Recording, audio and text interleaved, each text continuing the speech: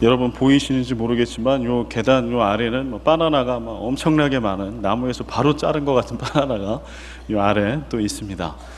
또 풍성한 것 같습니다. 하나님의 은혜입니다. 만약에 구약 시대에 우리가 살고 있었다라고 하면 오늘 어떻게 우리가 감사 예배를 드렸을까요?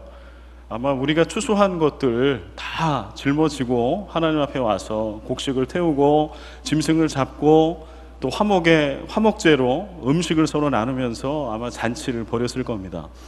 우리가 오늘 그런 예배는 똑같이 드리진 못하지만 우리의 마음은 같아야 할 줄 압니다.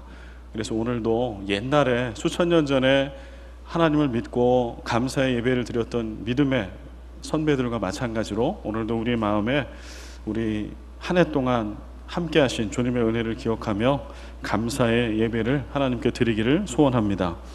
오늘 또 여러분들께서 아마 정성스럽게 추수감사주일 예물을 준비하셨을 겁니다. 기도하시면서 잘 준비하셨죠? 혹시 여러분 중에 평주일과 별 다름이 없이 예물을 준비하고 드리신 분이 계시다면 1년에 제가 한두 차례 헌금 설교를 할 건데 그런 분이 혹시 계시면 다음 주에 정성스럽게 준비하셔서 구별된 헌금과 예물을 하나님께 드리시기를 바랍니다. 그리고 여러분의 자녀들에게도 가르쳐 주십시오. 1년을 하나님의 은혜로 지냈다라고 하는 것, 그것을 구별하여 하나님께 감사 예배를 드리고 예물을 드리는 것, 이것은 우리의 신앙을 건강하게 만드는 지름길입니다. 이렇게 추수감사 주일같이 교회에서 특별히 의미를 살려서 지키는 그러한 날을 절기라고 이야기합니다. 교회가 지키는 절기에는 뭐가 있을까요?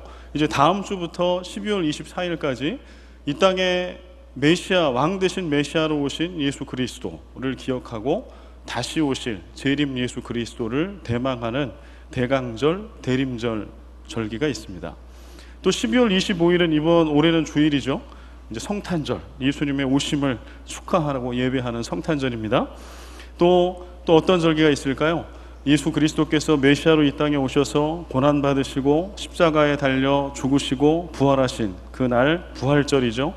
그 40일 사순절, 특별히 부활절 전에 일주일 고난주간, 이러한 절기들, 이것은 어떤 한두 교회가 지키는 것이 아니라 전 세계에 있는 모든 교회들이 지키는 절기입니다.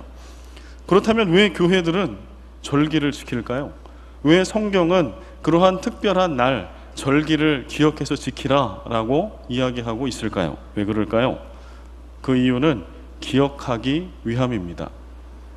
오늘 예배는 기억하기 위한 순서로 다 구성되어 있습니다. 뭘 기억할까요? 하나님의 은혜. 우리의 삶 가운데, 우리 가정 가운데, 우리 교회 가운데, 우리 나라와 민족과 역사 가운데 늘 함께 하셨던 그 하나님의 은혜를 기억하는 시간입니다. 그래서 오늘 예배 이 설교 시간은 제가 일방적으로 모든 시간을 설교하는 것으로 다 쓰지 않으려고 합니다. 오늘 제 설교 시간은 전체 한 3분의 1 정도 될 겁니다. 그리고 여러분들이 직접 참여해서 오늘 예배를 만들어 갈 겁니다. 여러분들이 직접 하시는 순서도 있습니다. 여러분 주보 안에 감사 리스트 받으셨죠? 이따가 그것을 쓰는 시간이 있고 나누는 시간이 있을 겁니다. 그리고 우리 교우를 대표해서 올 한 해 동안에 감사했던 한 가지 일을 5분여 정도 간증으로 우리와 나눠주는 그런 시간도 있을 겁니다. 그래서 오늘 예배는 그냥 앉아서 이렇게 내가 들어야지 생각하지 마시고 오늘 하나님의 은혜를 기억하며 나도 함께 예배자가 되어서 이 추수감사 예배의 일원이 돼서 적극 하나님 앞에 내가 나아가야 되겠다, 이런 마음으로 예배에 참여하시기를 바랍니다. 절기의 의미가 어디 있다고요? 기억하기 위함, 하나님의 은혜를 기억하기 위함. 사진 보여주시죠. 이 사진이 무슨 사진 같습니까? 이 사진은 2005년 4월 19일 사진입니다. 지금으로부터 11년 전 사진인데요, 제가 목사 안수를 받았던 날에 감격스러운 사진입니다. 여러분은 별로 감격스럽지 않으시죠? 저는 엄청나게 이거 볼 때마다 감격스럽습니다. 저 때는 참 피부도 좋고 저랬는데 믿지 않는 사람들은 저런 과거에 십몇 년 전 내지는 몇십 년 전에 그런 역사와 내지는 과거를 이야기할 때 지나간 사건 이렇게 이야기합니다. 그러나 믿는 그리스도인된 우리들, 또 제가 저 사진을 바라볼 때는 저것은 지나간 단순한 사건이 아닙니다. 하나님의 은혜의 발자취입니다. 하나님의 제 인생 가운데 함께 하셨던 하나님의 사랑의 숨결입니다.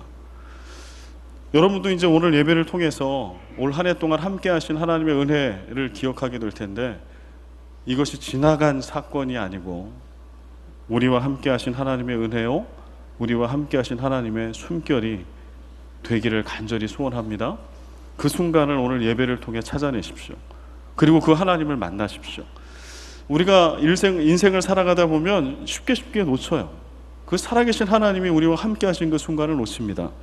오늘 본문 말씀 시편 136편의 10절부터 20절까지 긴 말씀은 출애굽 구원의 역사를 베풀어 주신 하나님을 기억하라 라고 하는 말씀입니다.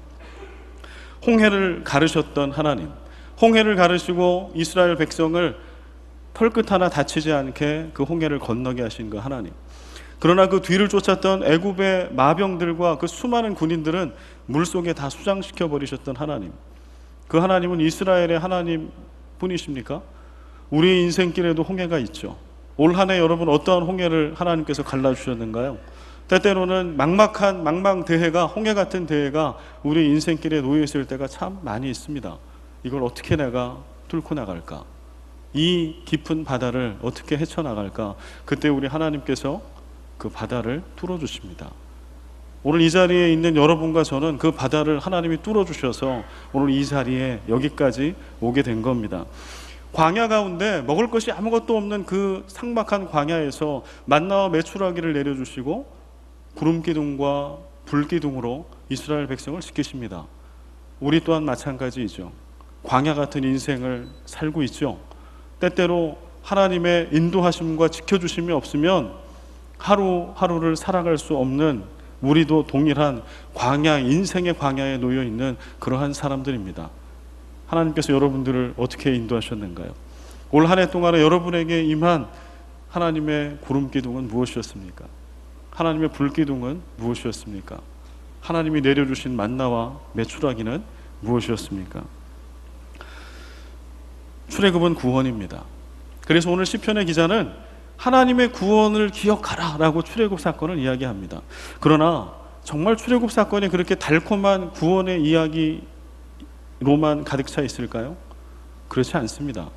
출애굽 사건의 결말은 구원입니다. 그러나 그 과정을 한번 지켜볼까요? 애굽에서 가나안 땅까지 가는 길은 해안길을 따라가면 불과 며칠 길입니다. 며칠 가면 도달할 그 길을 40년을 이스라엘 백성이 헤맸습니다. 춥고 배고프고 외롭고 위험한 그 광야를 며칠을 가면 되는 것을 40년을 헤맸어요. 그들은 배고팠습니다. 그들은 목말랐습니다. 그들은 더웠습니다. 그들은 생명의 위협을 순간순간마다 느꼈습니다. 무엇보다 이스라엘 백성이 힘들었던 것은 이 고난의 끝이 어딘가라고 하는 거예요. 언제 우리가 약속의 땅에 도달할 수 있을까라고 하는 그러한 두려움이었습니다. 출애굽은 구원의 역사가 분명하지만 구원의 역사 안을 현미경처럼 들여다보면 그 안에는 고난과 고통과 외로움과 고독이 그 안에 다 담겨 있습니다. 우리 인생과도 마찬가지죠. 오늘 추수감사주일 여기까지 인도하신 하나님의 은혜는 감사하죠. 구원이죠.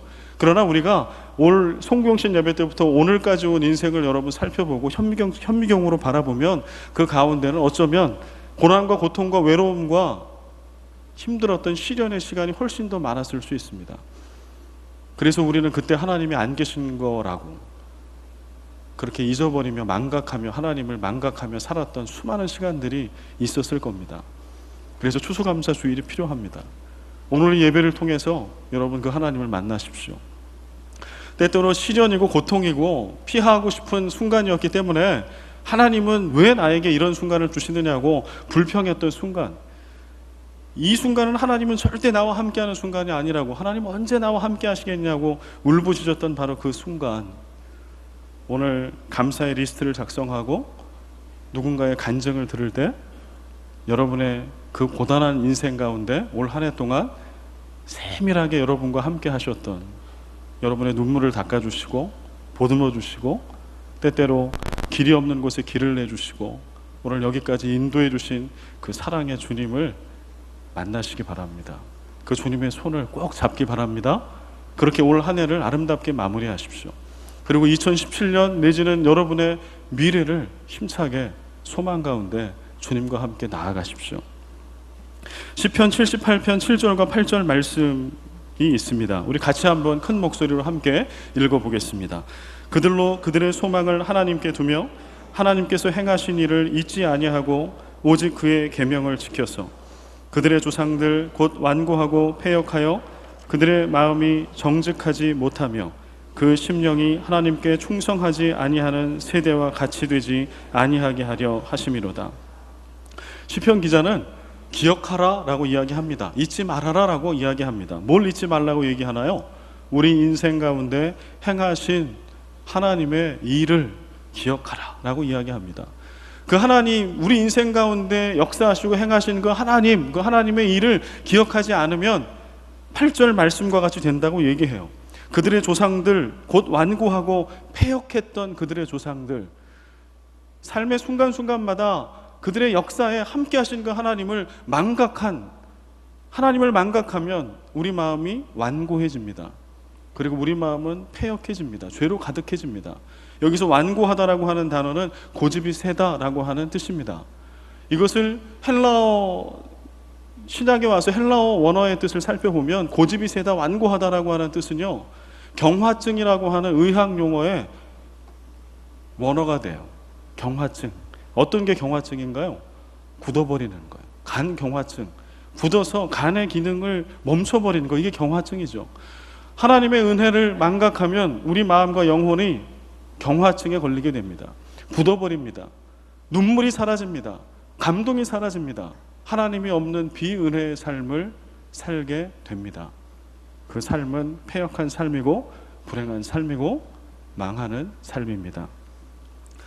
여러분, 이 성경은 스토리로 되어 있습니다. 성경, 스토리, 이야기입니다. 성경은 창세기부터 요한계시록까지 재미난 이야기로 되어 있어요. 그래서 하나님께서 그러면 왜 성경을 스토리로, 이야기로 주셨을까요? 스토리가 아니고 다른 걸로도 쓰실 수 있잖아요.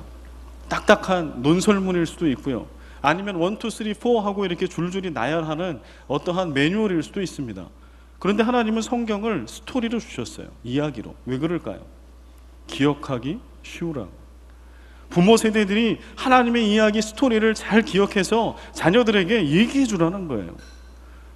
교사들이 하나님의 이야기를, 내 인생 가운데 함께 하신 이야기, 이스라엘의 역사 가운데 함께 하신 이야기, 우리 민족 가운데, 우리 교회 가운데 함께 하신 그 이야기를 잘 알고 익혀서 다음 세대들, 자녀 세대들에게 쉽고 재밌게 이야기해 주라는 거예요.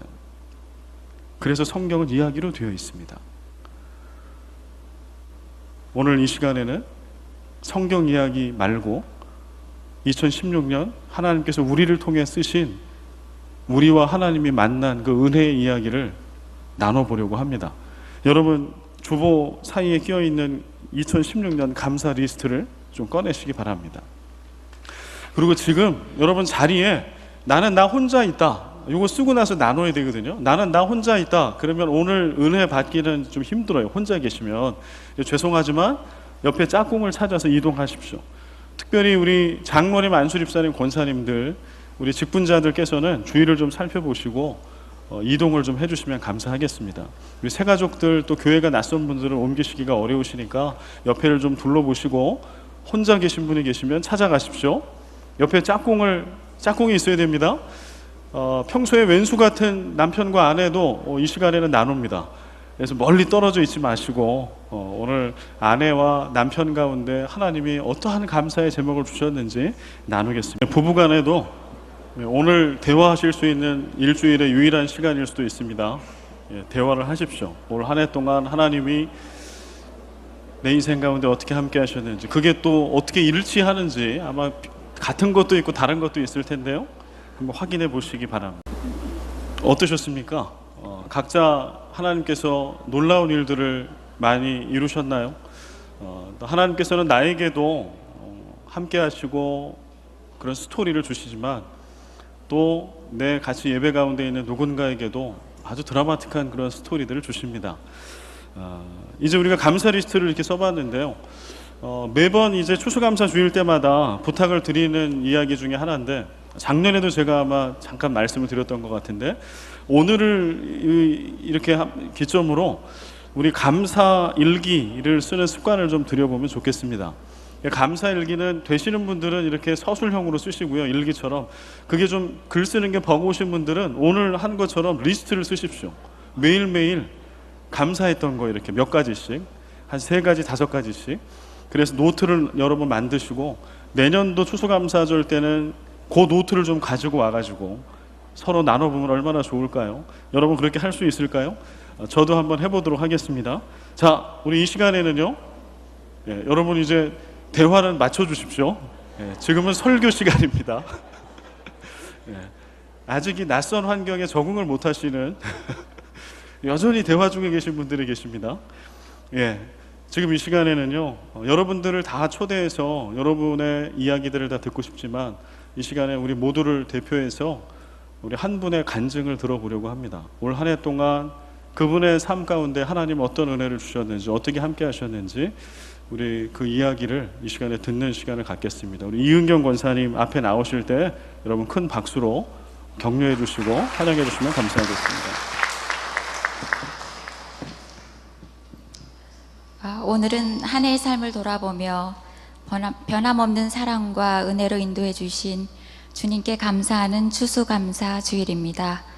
목사님께서 감사주일을 맞아 감사에 대한 간증을 부탁하셨을 때 부족한 내가 무슨 간증을 이란 생각에 많은 부담감이 들었지만, 간증이라기보다 고통 가운데 만난 두 자매를 통해 제가 전에 알고 느꼈던 감사의 의미와 지금 내 삶에 다가오는 감사가 얼마나 다른지 여러 성도님들과 함께 나누려 합니다. 저에게는 올 한 해가 많이 힘들고 가슴 아팠던 해였습니다. 제 눈엔 아직도 귀여운 동생이 말기암 판정을 받고 투병 중이라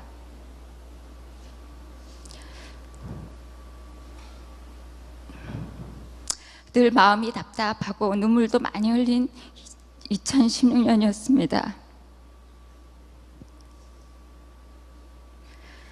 처음 병원에 들어갔을 때 병원에서는 약 2년 정도의 생존 기간을 이야기했었는데, 이제 동생이 투병한 지 1년 반이 지나고 있습니다. 아직 부모님이 건강하신데 동생의 이 현실이 저희 가족에게는 엄청난 충격이었습니다. 그렇지만 같은 신앙을 가지고 함께 기도하며 고통 분담을 할 수 있는 가족이 있었기에 감사했고, 고통 가운데 만난 두 자매를 통해 범사에 감사라 하신 진정한 의미를 알게 되었습니다. 그 첫 번째 자매는 제 동생이었어요. 동생은 작은 교회를 다녔기에 교사로, 찬양대원으로, 구역장으로 교회 일에 늘 바빠 때론 주어진 헌신과 섬김이 버거워서 짐을 덜고 싶어 할 때도 있었는데, 투병 시작 후 1년 반 동안 몸 상태가 좋지 않아 병원과 집을 오가며 인터넷으로 말씀과 찬양을 듣고 혼자 예배를 드리니 얼마나 예배당이 그리웠고 믿음의 지체들이 보고 싶었겠습니까? 제가 오늘은 언니 마을 예배 다녀왔어, 주일 예배 다녀왔어 하며 전화 통화할 때면 언니 너무 좋겠다, 교회 갈 수 있어서. 전화 너머로 들려오는 동생의 간절한 부러움 섞인 목소리에 그동안 건강의 축복을 주셨기에 주일을 할 수 있었고 은혜 자리에 올 수 있었고 사랑하는 지체들과 만날 수 있었다는 것을 새삼 깨닫게 되었습니다. 이 또한 주님의 축복이었다는 것을, 또한 병원에서 만난 희진 엄마를 통해 진정한 감사의 의미를 깨달았습니다. 이분은 딸아이가 중3 때 학원 마치고 집으로 오는 길에 음주운전 트럭에 사고를 당해 전신마비가 되어 만 4년을 병원에서 투병 중이라 제가 볼 땐 진정 감사할 조건이 없는 환경이었어요.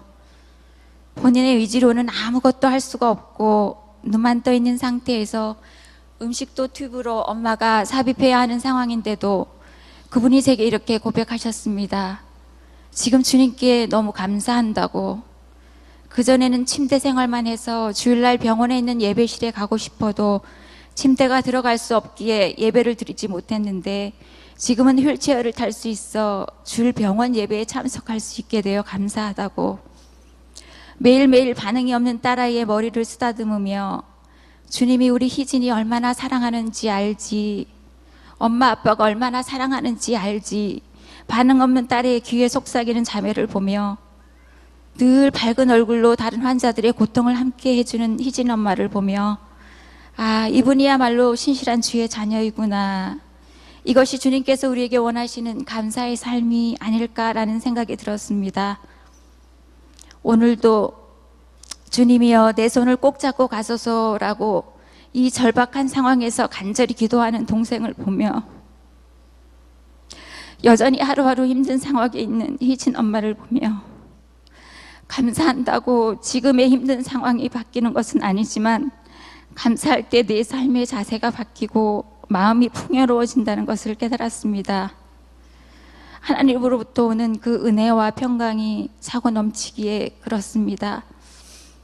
행복해서 감사한 것이 아니라 감사하기 때문에 행복하다는 그 깊은 의미를, 그리고 범사에 감사하라 하신 주님의 뜻을 이젠 알 수 있기에 감사함으로 올 한 해를 마무리할 수 있을 것 같습니다. 이 예배에 함께 하신 모든 형제 자매님들도 감사로 마무리하는 2016년이 되시기를 소망합니다. 감사합니다.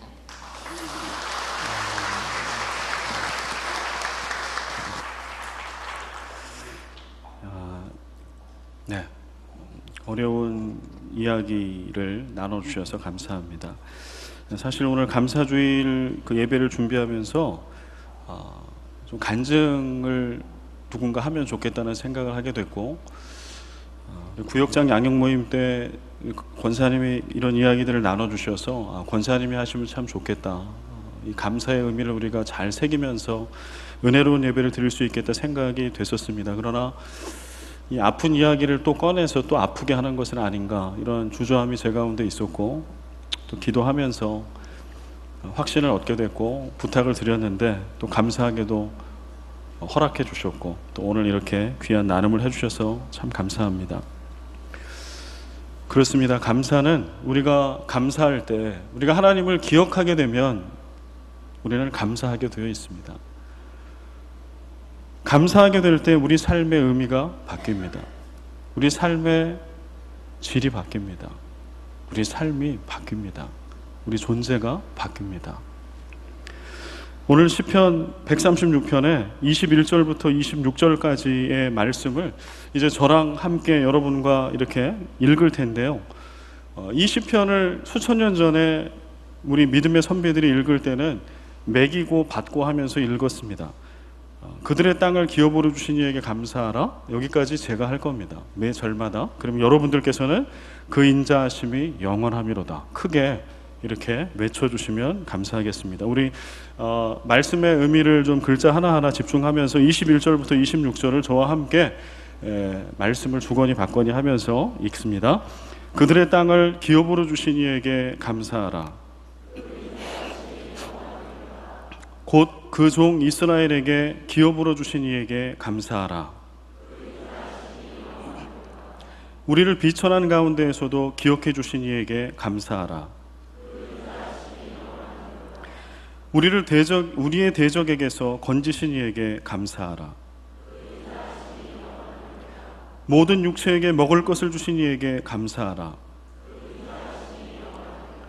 하늘의 하나님께 감사하라. 아멘. 땅을 기업으로 주신 이에게 감사하라라고 오늘 시편은 이야기합니다. 제가 한국에 있을 때는 사실 땅을 기업으로 주신 이에게 감사하라라고 하는 말씀이 그렇게 피부로 다가오지 않았습니다. 그러나 이 필리핀 이국 땅에 나그네로 와 있는 이곳에서 이 말씀을 보니까 의미가 좀 새로웠습니다. 땅 한 평 없는 주인이 다른 우리는 나그네로 이 땅에 왔는데 하나님께서 이 필리핀 땅에 이렇게 멋진 교회를 주셨습니다. 우리가 누울 곳을 주셨습니다. 우리가 일할 일터를 주셨습니다. 하나님의 은혜입니다. 23절 말씀에 비천한 가운데서도 기억해 주신 이에게 감사하라. 사실 저를 포함해서 이 자리에 있는 우리들은 누군가에게 기억될 만큼 그렇게 훌륭하지는 않습니다. 때때로 우리 인생은 고달픕니다. 우리는 내 아내, 내 자녀들을 나중치고라도, 내 남편을 나중치고라도 내 스스로 내 혼자 몸도 내 마음도 어떻게 할 수 없는 그런 부족한 존재들입니다.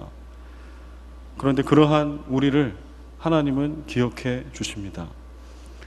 때때로 아직도 해결되지 않는 고난과 고통 가운데, 질병 가운데, 불행 가운데 있을지라도 하나님은 우리를 기억해 주십니다. 그리고 함께 울어주십니다. 함께 우리와 그 자리에 함께 머물러 주십니다. 올 한 해 살아오면서 얼마나 많은 여러분의 인생 가운데 위험과 위기가 있으셨습니까? 돌아보면 아찔한 순간들이 얼마나 많이 있으셨습니까? 올 한 해도 필리핀 이민사회 가운데 많은 분들이 사고로 생명을 잃었습니다. 선교사님 한 분도 생명을 잃었습니다. 많은 사건 사고가 있습니다. 오늘 우리가 건강하게 예배의 자리에 이렇게 있을 수 있었던 것은 하나님이 우리를 지켜주셨기 때문입니다. 모든 대적으로부터 하나님께서는 우리의 육체뿐만이 아니라 우리의 믿음을 지켜주셨습니다. 오늘 추수감사주의를 지켜서 주일날 이 예배의 자리에 나오고 찬양을 하고 간증을 하고 예물을 드리고 말씀을 전하고 들을 수 있는 그 믿음을, 신앙을 우리에게 주셨습니다. 은혜입니다. 일용할 양식을 주셨습니다. 우리 모든 삶에 하나님은 우리의 주인이셨습니다. 여러분, 그 기억과 그 믿음을 가지고 남은 한 해를 살아가시기를 부탁을 드립니다. 우리 인생의 모든 순간에 함께 하신 그 주님, 특별히 고통과 고난의 순간이라 할지라도 그 가운데 감사의 기도와 감사의 조건을 우리에게 주셨던 그 주님, 그 하나님의 손을 잡고 우리의 인생을 새롭게, 여러분에게 주신 인생을 새롭게 살아내시는 여러분과 제가 되기를 간절히 소원합니다. 영원히 변치 않는 사랑으로 우리 이은영 집사님을 사랑하여 주시고